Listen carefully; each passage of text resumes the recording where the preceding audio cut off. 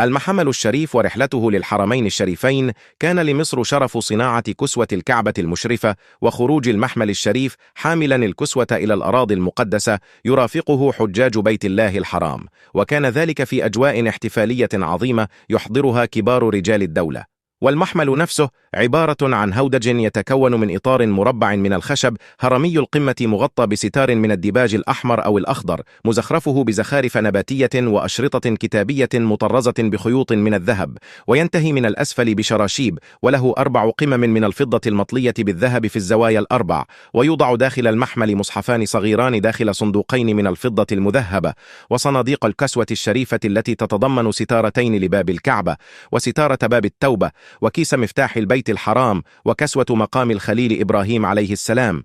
ويوضع المحمل على جمل ضخم يسمى جمل المحامل، ويتمتع هذا الجمل بإعفائه من العمل بقية أيام السنة. وخلف الجمل الذي يحمل الكسوة جمال تحمل هدايا قيمة للحرمين الشريفين، بالإضافة لجمال الحجاج وأمتعتهم والجند المكلفون بحراسة الموكب حتى الحجاز، وخلفهم رجال. وكان المحمل يطوف الشوارع قبل الخروج إلى الحجاز، يصاحب العديد من الاحتفالات كتزيين المحلات التجارية والرقص بالخيول.